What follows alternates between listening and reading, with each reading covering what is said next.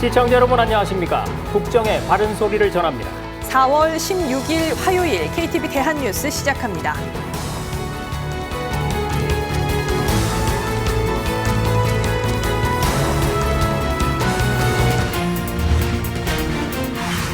윤석열 대통령이 총선 이후 첫 국무회의를 주재했습니다. 윤 대통령은 총선 결과에 대해 더 낮은 자세로 민심을 경청하겠다고 밝혔습니다. 민생을 위한 것이라면 어떠한 일도 마다하지 않을 것입니다. 이란과 이스라엘의 충돌로 원달러 환율이 장중 1,400원에 돌파했습니다. 정부는 관계부처 합동 비상상황 점검회의를 열고 시장 변동성에 즉각 대응하기로 했습니다. 의료 공백이 2달째 이어지고 있는 가운데 정부가 환자 피해를 최소화하기 위해 비상진료 지원 사업을 연장합니다. 그러면서 국민 생명 보호에 최선을 다하고 있다고 강조했습니다. 올해 글로컬 대학 육성 사업에 경북대, 전남대 등 총 20곳 대학이 예비 지정됐습니다. 본 지정이 확정되면 교육 혁신 방안 이행을 위해 5년간 1,000억 원을 지원받게 됩니다. 첫 소식입니다. 윤석열 대통령이 총선 이후 첫 국무회의를 주재했습니다. 윤 대통령은 생중계로 전한 발언을 통해서 총선 결과에 대해 국민의 뜻을 잘 살피지 못해 죄송하다고 말했습니다. 그러면서 더 낮은 자세로 민심을 경청하겠다고 밝혔습니다. 최영은 기자의 보도입니다. 윤석열 대통령이 총선 후 처음으로 국무회의 생중계를 통해 입장을 밝혔습니다. 윤 대통령은 먼저 총선 결과로 나타난 민심을 겸허하게 받아들이겠다고 말했습니다. 지금까지 추진한 정책을 하나하나 설명하면서도 국민이 변화를 느끼지 못하면 정부의 역할을 다하지 못한 거라고 평가했습니다. 국민들께서 체감하실 만큼의 변화를 만들어내는데 모자랐다고 생각합니다. 큰 틀에서 국민을 위한 정책이라고 하더라도 세심한 영역에서 부족했다고 생각합니다. 이어진 참모회의에서는 국민께 죄송하다는 뜻을 밝혔습니다. 대통령부터 국민의 뜻을 살피고 받들어야 했는데 그러지 못했다며 정부의 국정 운영에 대해 국민의 매서운 평가를 받았다고 설명했습니다. 윤 대통령은 그러면서 더 낮은 자세와 유연한 태도로 소통하고 민심을 경청하겠다고 강조했습니다. 특히 민생을 위해서라면 어떠한 일도 마다하지 않을 거라고 말했습니다. 국민께서 바라시는 변화가 무엇인지, 어떤 것이 국민과 나라를 위한 길인지 더 깊이 고민하고 살피겠습니다. 윤 대통령은 또 민생토론회를 이어가며 맞춤형 정책을 추진하고 그러면서도 건전 재정 기조를 유지하겠다고 밝혔습니다. 노동, 교육, 연금 개혁은 물론 의료 개혁도 멈추지 않겠다고 덧붙였습니다. 국회와의 협력도 언급했습니다. 민생 안정을 위해 필요한 예산과 법안은 국회에 잘 설명하고 각 부처가 추진하는 법안이 21대 국회 종료 전까지 통과될 수 있도록 최선을 다해줄 것을 국무위원들에게 당부했습니다. 대통령실 고위 관계자는 영수회담 등 야당과의 소통 가능성이 열려 있다는 점을 분명히 했습니다. 다만 구체적인 시점에 대해서는 물리적인 시간이 필요하다고 설명했습니다. KTV 최영은입니다. 네, 윤석열 대통령이 국무회의를 통해서 밝힌 내용에서도 알 수 있듯이 총선 이후에 정부가 최우선에 둘 국정의 방향은 민생이 될 걸로 보입니다. 그런 차원에서 민의를 수렴하고 소통하기 위한 민생 토론회도 곧 재개될 전망입니다. 계속해서 문기혁 기자입니다. 지난 4.10 총선 결과를 받아든 직후 윤석열 대통령은 별다른 일정 없이 이관섭 대통령 비서실장을 통해 짧은 메시지만 전했습니다. 경제와 민생 안정을 강조했습니다. 총선에서 나타난 국민의 뜻을 겸허히 받들어 국정을 쇄신하고 경제와 민생 안정을 위해 최선을 다하겠습니다. 이후에도 쭉 공식 일정을 갖지 않고 민의를 되돌아보던 윤 대통령은 휴일이었던 지난 일요일 예정에 없던 중동 사태 긴급 회의를 주재했습니다. 안보는 물론 경제와 민생 안정을 위한 자리였습니다. 이 자리에선 이란의 이스라엘 공격이 물가와 에너지 수급, 공급망 등 우리 경제와 민생에 미치는 영향을 점검했습니다. 이번 사태가 국제 유가와 우리 경제에 미칠 영향을 면밀히 살피고 에너지 수급 및 주요 공급망 등에 대한 분석과 관리 시스템도 조속히 밀도 있게 가동하기 바랍니다. 총선 후 한덕수 국무총리와의 첫 주례회동에서 강조된 것도 민생이었습니다. 윤 대통령은 국정의 우선순위는 민생 또 민생이라며 민생 안정에 최선을 다하자고 당부했습니다. 민생 플랫폼으로 자리를 잡은 국민과 함께하는 민생 토론회도 재개될 전망입니다. 윤 대통령이 참석한 가운데 열리는 민생 토론회는 새해부터 지난달까지 24번에 걸쳐 열렸습니다. 매번 다른 주제의 민생 토론회에 1,800여 명의 국민이 참석했으며 현장에서 제기한 국민 목소리 중 240개 과제가 도출됐습니다. 정부는 민생 토론회를 민생 플랫폼으로서 연중 상시 개최할 계획입니다. KTV 문기혁입니다. 중동의 불안한 상황이 우리 경제에 영향을 미치고 있습니다. $1 환율이 장중 1,400원을 돌파했는데요. 정부는 관계부처 합동점검회의를 열고 시장의 변동성이 과도하게 작용할 경우엔 범정부 차원의 과감한 대응에 나서기로 했습니다. 신국진 기자입니다. 지난 주말 이란이 이스라엘을 공격하면서 중동발 위기감이 커지고 있습니다. 국제유가가 오름세를 보이면서 국내 휘발유와 경유 가격이 상승세를 보였고 코스피와 코스닥은 이틀 연속 일제히 하락했습니다. $1 환율도 이스라엘이 이란 공습에 보복할 것이라는 전망이 나오면서 16일 장중 상승폭을 키우며 1,400원을 넘었습니다. $1 환율이 1,400원을 돌파한 건 지난 1997년 외환위기와 2008년 글로벌 금융위기, 2022년 미국발 고금리 충격 당시 이후 이번이 네 번째입니다. 정부는 김병완 기재부 1차관 주재로 중동 사태 관련 관계부처 합동 비상상황 점검회의를 열고 현안을 논의했습니다. 김 차관은 이란의 이스라엘 공습 이후 양측 간 추가적인 무력 충돌이 아직 없는 상황이라며 현 시점까지 원유 수급과 수출입 등에 대한 영향은 제한적이라고 설명했습니다. 그러면서 여전히 군사적 긴장이 높은 만큼 모든 가능성을 열어두고 점검, 대응을 강화할 것이라고 덧붙였습니다. 중동은 특히 지난해 기준 국내 원유의 72%, 가스의 32%를 공급하는 지역으로 국제 에너지 가격 변동성이 심화될 가능성이 높은 상황입니다. 김 차관은 에너지 수급 차질이 발생하지 않도록 과거 사례 등을 토대로 영향 분석과 대응을 다해야 한다며 과도한 변동성을 보일 경우 즉각적이고 과감하게 조치하겠다고 강조했습니다. 아울러 에너지와 수출, 공급망, 물류 등 직접적 영향을 받는 부문을 중심으로 소관부처별 점검 대응 체계를 구성해 면밀하게 대응할 것을 당부했습니다. 최상목 경제부총리도 앞서 각 부처에 중동 사태에 따른 국내 물가 관리를 지시했습니다.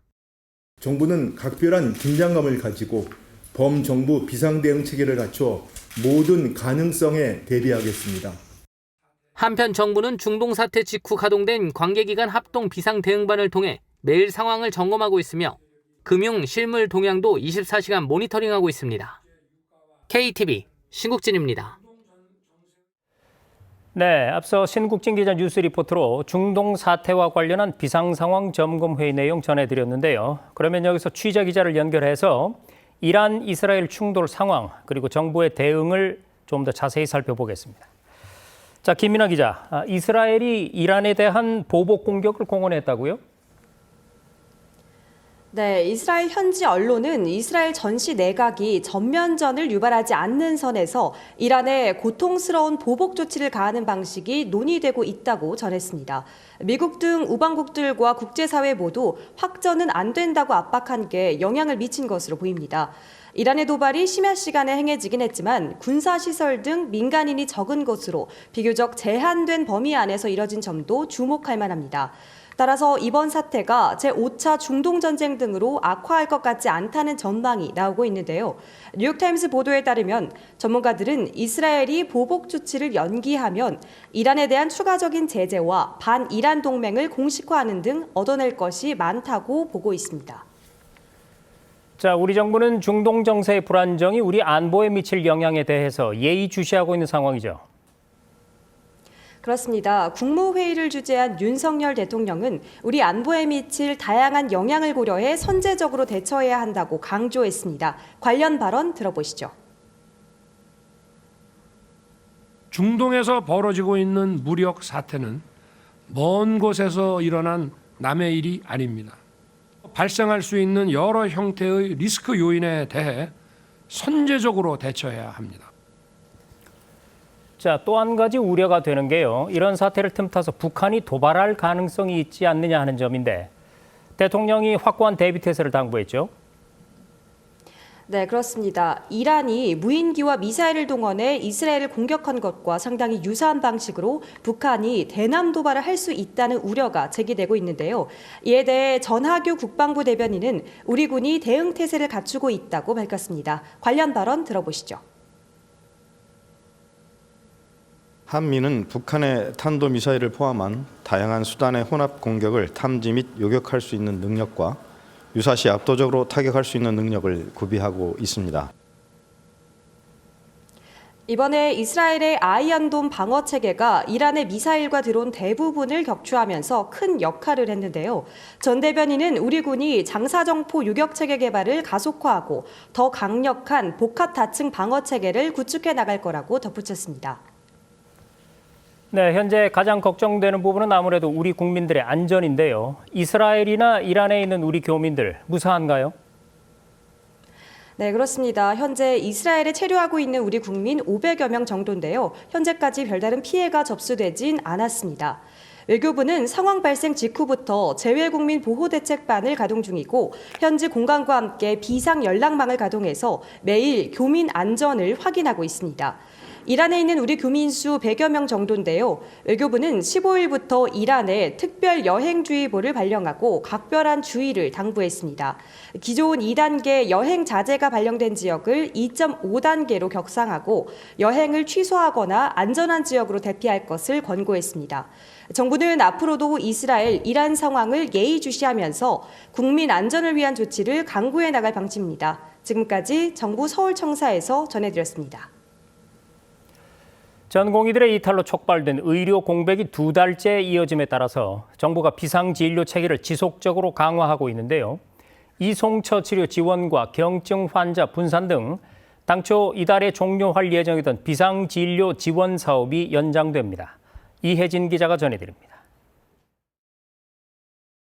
지난 15일 기준 상급 종합병원 중환자실 입원 환자는 2,900여 명. 일주일 전 대비 3% 이상 늘었습니다. 권역응급의료센터 중환자실 근무 의사는 400여 명으로 3.5% 줄어든 상황입니다. 의료계 집단행동 장기화로 인한 환자 피해를 최소화하기 위해 정부는 계속해서 비상진료 체계를 강화하고 있습니다. 이달 종료 예정이던 비상진료 지원 사업을 연장 시행하는 방향입니다. 우선 지난달 13일부터 한 달간 시행하기로 했던 이송처 치료 지원이 연장됩니다. 대학병원 등 상급 종합병원 진료협력센터를 통해 종합병원이나 동네 병원으로 환자를 옮기면 정부가 구급차 이용료를 전액 제공하는 사업입니다. 비교적 증상이 가벼운 경증 환자 분산 지원 사업도 연장하기로 했습니다. 의료 공백이 더 길어질 것에 대비해 응급실 과밀화를 최대한 막기 위함입니다. 전국 43개 권역응급의료센터에서 경증, 비응급 환자를 인근 의료기관으로 안내하는 경우 정책지원금을 지급합니다. 은퇴했거나 퇴직을 앞둔 의사 고용을 뒷받침하는 시니어 의사 지원센터도 국립중앙의료원에 문을 열었습니다. 시니어 의사 지원센터에선 진료를 원하는 의사를 모집해 인력풀을 구축하고 병원과 시니어 의사를 연결해주는 역할을 합니다. 이런 방안을 통해 지역 의료와 필수 의료 인력 공백이 완화될 것이란 설명입니다. 정부는 국민 생명과 건강을 보호하기 위한 비상진료 체계 유지에 최선을 다하고 있다고 강조했습니다.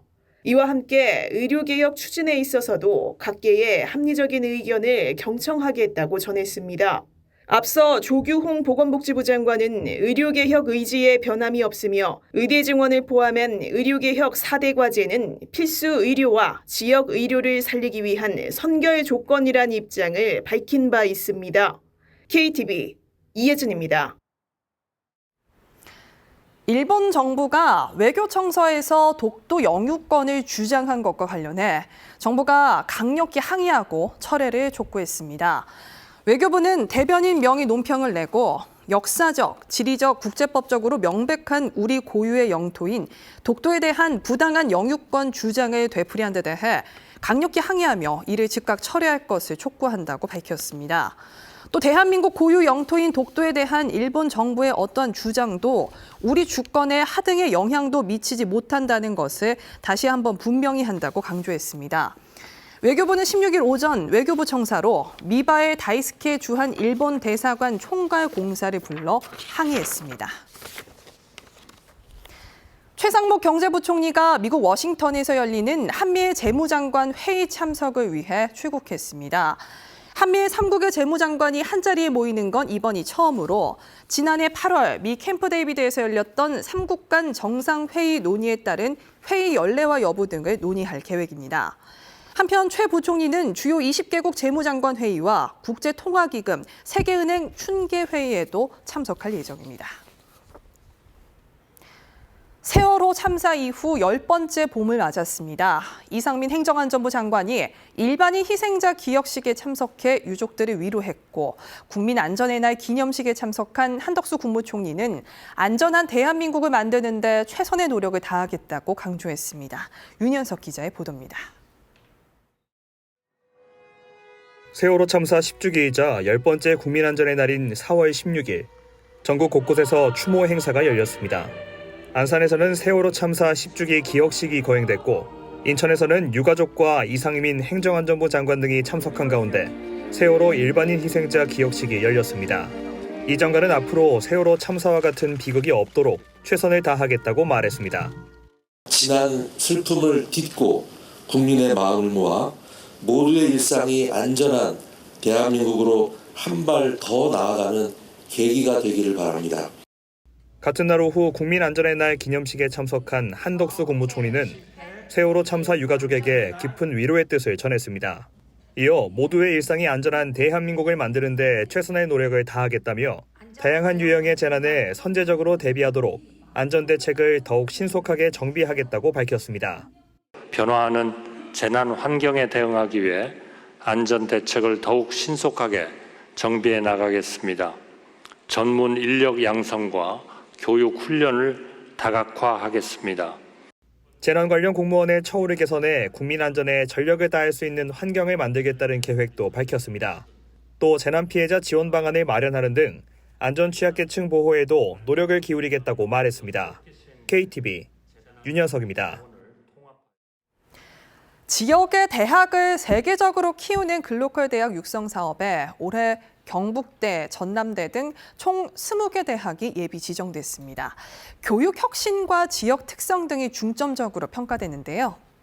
위한 투자 계획이 마련되어 있는지를 중점적으로 고려하였고 본 지정이 확정되면 교육 혁신을 위해 5년간 1,000억 원을 지원받게 됩니다. 박지성 기자입니다.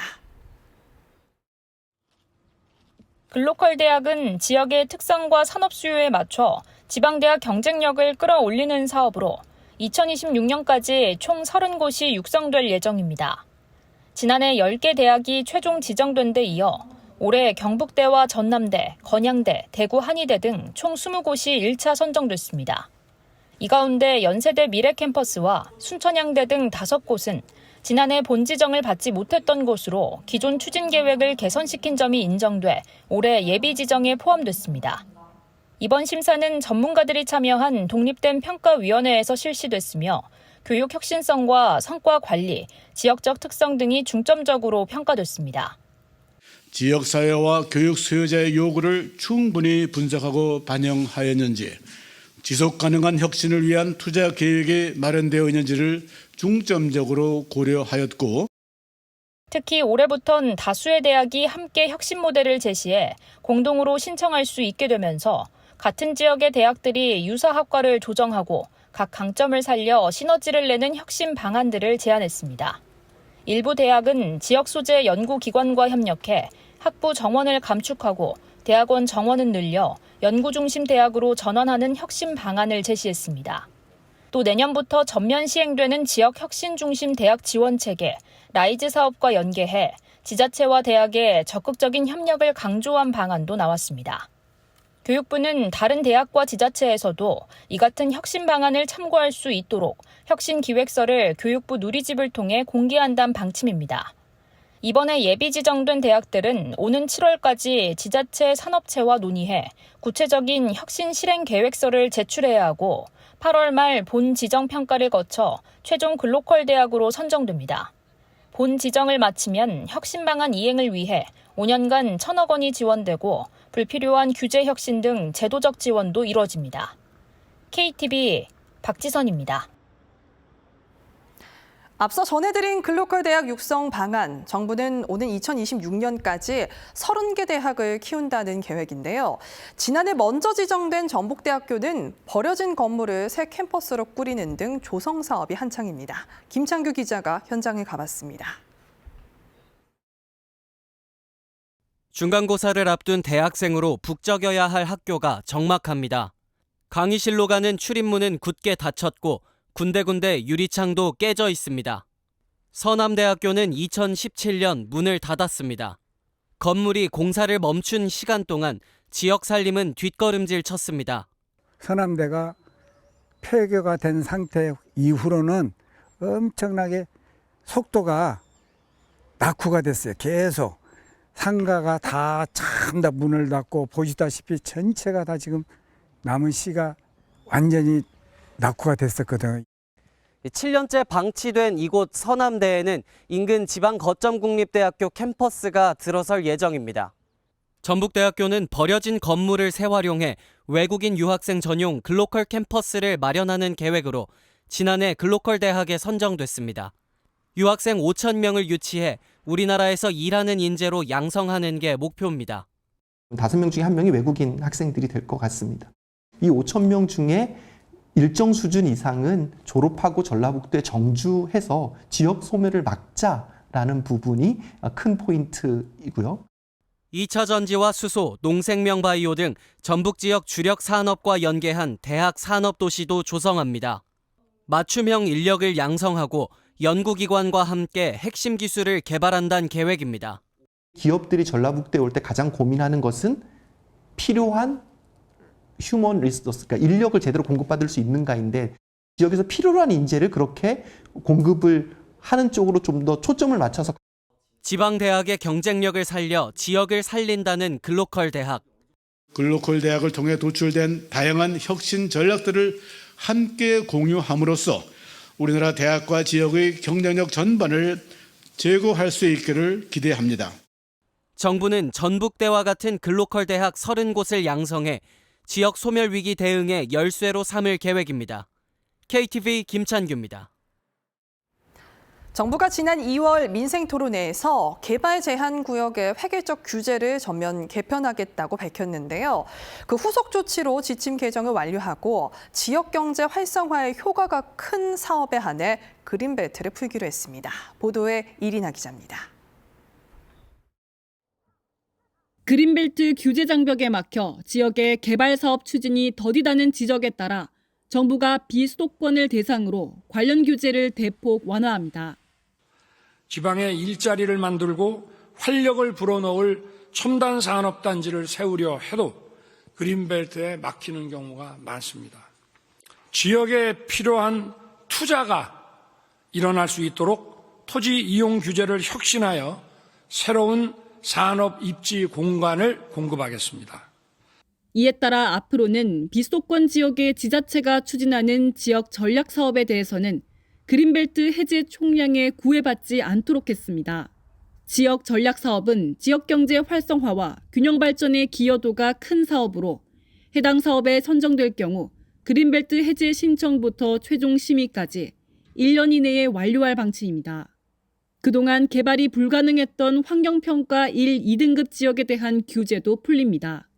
정부는 비수도권에서 국가산단 조성이나 지역 전략 사업을 추진하는 경우 환경평가 1, 2등급지에 대한 그린벨트 해제를 허용하는데 다만 환경 보전을 위해 해제된 면적만큼 대체 부지를 신규 그린벨트로 지정하도록 했습니다. 정부는 이 같은 그린벨트 지침 개정에 맞춰 지역 전략 사업 수요 조사에도 나섭니다. 사업 추진을 희망하는 지자체가 다음 달 말까지 사업 신청서와 그린벨트 해제 검토서를 제출하면 국토연구원이 추진 필요성과 적정성, 개발 수요 등을 9월까지 검토할 예정입니다. 이를 통해서 지역 투자가 촉진이 되고 지역에 활력을 불어넣을 수 있을 것으로 기대하고 있습니다. 앞으로도 정부는 지역 발전을 가로막는 토지 이용 규제를 신속히 개선해 나가도록 하겠습니다. 정부는 검토 결과를 바탕으로 올해 안으로 지역 전략 사업을 최종 선정하고 해당 지역의 그린벨트 해제에 속도를 낼 전망입니다. KTV 이리나입니다. 기업의 첨단 신제품 개발과 해외 진출을 돕기 위해 규제를 대폭 완화한 글로벌 혁신 특구가 올해 본격 가동에 들어가는데요. 정부가 부산, 강원, 충북, 전남 4곳에 대한 특구 예정지 계획 안건을 심의했습니다. 조태영 기자의 보도입니다. 글로벌 혁신 특구는 바이오, 에너지 등 첨단 분야 신제품 개발에 특화된 한국형 혁신 클러스터입니다. 국내 최초로 전면적 네거티브 규제를 적용합니다. 명시적인 금지 사항을 제외한 모든 신기술은 물론 아직 기준이 없거나 현행법을 적용하기 부적합한 경우에도 실증이 파격 허용되는 겁니다. 보다 자유롭게 첨단 신기술, 신제품 개발에 도전을 할 수 있도록 전면적인 네거티브 방식의 규제 특례를 적용하고 실증, 인증, 허가 등에 있어서 글로벌 스탠더드를 적용하는 한국형 혁신 클러스터입니다. 글로벌 혁신 특구의 장점으로 특히 기업의 해외 진출 지원을 꼽을 수 있습니다. 정부는 특구를 통해 해외 실증과 국제 공동 R&D 지원을 확대하고 우리 기업의 성장에 도움을 줄 수 있는 글로벌 파트너를 직접 발굴할 계획입니다. 첨단 재생 바이오 등 사회 윤리적 이슈로 실증이 어려운 분야는 과감한 해외 실증이 가능하도록 미국, 일본 등의 실증기관 구축을 검토하고 있습니다.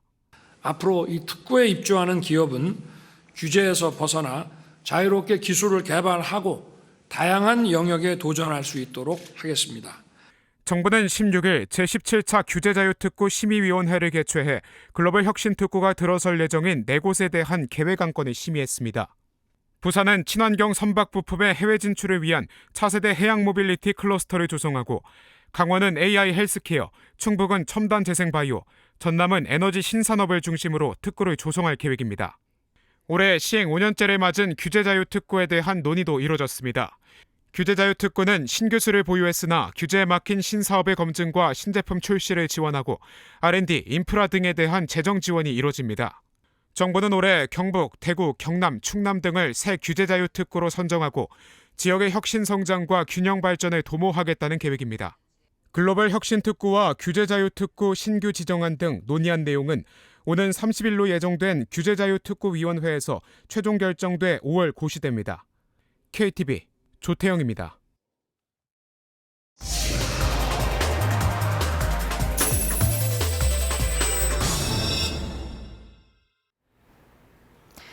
올해 사과값이 크게 오른 이유, 바로 이상기후로 생산량이 급격히 줄어선데요. 정부는 안정적인 사과 공급 기반을 마련하기 위해 스마트 과수원 확대를 추진하고 있습니다. 생산성을 최대 4배까지 높일 수 있는 스마트 과수원을 김현지 기자가 찾아가 봤습니다. 충남 서산의 한 사과 농장. 가지 사이사이 분홍색 꽃봉오리가 맺혀 있고 하얀 꽃들도 피어 있습니다. 나무를 살펴보니 일반적인 사과나무와는 형태가 다릅니다. 굵은 기둥 하나에 사방으로 가지들이 퍼져 있지 않고 누운 형태의 기둥에 가지들이 위로 뻗어 있습니다. 다축형이라 불리는 재배 방식이 도입된 스마트 과수원입니다. 이러한 재배 방식은 사과 생산량과 품질을 높일 수 있습니다. 햇볕이 고르게 닿아서 과일의 색과 당도가 높아진다는 장점이 있습니다. 기존 사과나무는 나무 폭이 넓어 사과가 달리는 지점에 따라 채광 차이가 있어 품질 격차가 날 수 있습니다. 다축형 재배 방식은 그늘지는 부위가 거의 없어 이러한 단점을 해소할 수 있습니다. 때문에 생산성이 최소 2배에서 최대 4배 높습니다. 일반적으로 이제 우리나라 평균치가 보통 300평당 2.5톤에서 3톤 내외인데요. 저희는 지금 5톤에서 6톤 이상을 지금 생산을 하고 있습니다. 농약 사용량도 대폭 줄일 수 있고 가지치기나 잡초를 제거하는 작업을 기계화할 수 있어 노동력도 30% 절감됩니다. 정부는 기후변화에 대응해 사과를 안정적으로 생산하기 위해 스마트 과수원 확대에 나섭니다. 미래 재배적지 중심으로 스마트 과수원 특화단지를 조성하는데 2030년까지 전체 사과 재배 면적의 4% 수준으로 조성할 계획입니다. 현재는 한 1% 정도 스마트 과원이 조성이 돼 있습니다. 내년부터 20헥타르로 규모로 단지화해서 5개소를 또 시범적으로 추가적으로 조성할 계획이고요. 또 각종 재해에 강한 새 품종을 개발해 보급하는 등 생산 안정을 위한 연구 개발을 강화하겠다고 밝혔습니다. KTV 김현지입니다.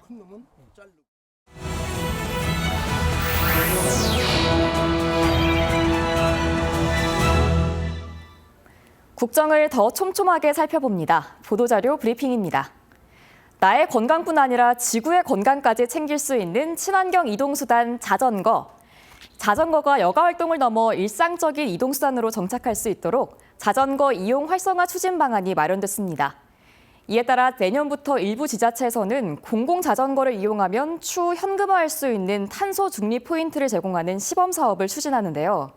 또 공공자전거 사업을 추진하는 지자체나 민간 공유자전거 사업자는 탄소 배출권 외부 사업을 통해 탄소 감축량을 인정받을 수 있게 됩니다. 이번 방안을 논의한 2050 탄소 중립 녹색 성장위와 환경부, 국토부, 행안부 등은 앞으로도 자전거 이용 활성화를 위한 정보를 공유하고 홍보하는 데 협력하기로 했습니다.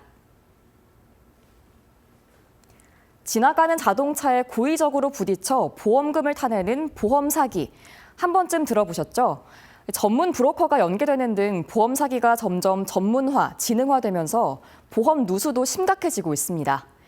이러한 보험 사기를 막기 위해 금융감독원과 경찰청, 유관기관이 보험범죄수사협의회를 개최하고 협력을 강화하기로 했는데요.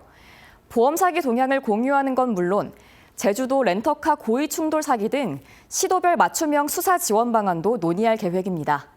이번 공조를 통해 보험 사기를 효율적으로 근절하고 낭비되는 사회적 비용도 절감할 수 있길 기대해봅니다.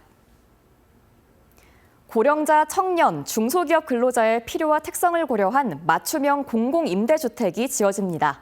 국토부가 오는 6월까지 지자체, 한국토지주택공사 등 공공주택 사업자를 대상으로 공모를 진행하는데요. 주요 내용을 살펴보면 사회복지시설을 복합한 고령자 복지주택이 65세 이상 고령자에게 제공되고요. 청년, 중소기업 근로자, 창업자를 위한 일자리 연계형 지원주택, 그리고 스터디룸, 워크센터 등이 조성된 역세권 청년 특화주택이 지어질 예정입니다. 이를 통해 고령 청년층의 주거비 부담을 한층 덜고 일자리 연계를 통해 청년을 지역으로 유입할 수 있을 걸로 전망됩니다. 자해나 타해 행동을 보이는 자폐성 장애인은 그동안 사회 서비스를 이용하기에 어려움이 있었는데요. 이런 분들에게 맞춤형 일상생활훈련, 취미 프로그램, 야간 돌봄 서비스 등을 제공하는 통합 돌봄 서비스가 시작됩니다. 서비스는 24시간 개별, 주간 그룹형 이렇게 3가지 방식으로 제공되며 오는 30일까지 주민등록상 주소지 시군군의 행정복지센터에서 신청할 수 있습니다. 오는 18일부터 복지부가 각 지역을 돌면서 장애인 당사자와 보호자, 서비스 제공기관을 대상으로 현장 설명회도 개최한다고 하니까요. 많은 관심 바랍니다. 지금까지 보도자료 브리핑이었습니다.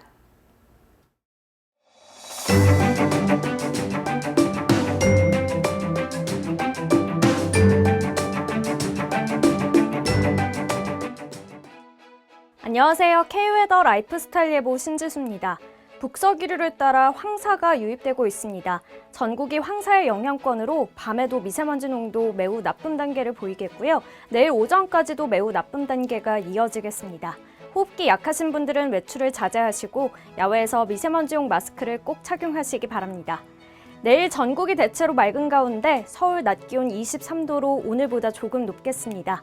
모레 목요일엔 낮 기온이 더 큰 폭으로 오르겠는데요. 한낮 서울이 27도 안팎을 보이겠고 아침과 낮에 일교차도 크게 벌어지겠습니다. 다음은 자세한 지역별 날씨입니다. 중부지방 아침 기온 서울 10도, 세종 8도로 시작해 낮 기온 23도 예상됩니다. 동해안 지방 대부분 아침에 10도 안팎을 보이겠고요. 속초와 강릉의 낮 기온 20도 예상됩니다. 남부지방은 광주 9도, 대구 10도로 출발해 한낮에는 광주 24도, 대구 25도 보이겠습니다. 내일 전해상에 구름 많겠고 물결은 잔잔하겠습니다. 주말 전국적으로 비가 내리겠고요. 영동은 일요일까지 이어지겠습니다. 날씨였습니다. 2014년 4월 16일에 일어난 세월호 참사가 우리 사회에 큰 경각심을 던져줬지만 해양 사고 건수가 10년 전과 비교해서 34% 늘어나는 등 안전 불감증은 여전한 것 같습니다. 매년 4월 16일은 안전의 중요성을 되새기기 위한 국민 안전의 날이기도 한데요. 모두가 안전한 사회를 향한 의지와 노력 다시 한번 다잡는 계기가 됐으면 좋겠습니다. KTV 대한뉴스 오늘 저희가 준비한 소식은 여기까지. 시청해주신 여러분 고맙습니다.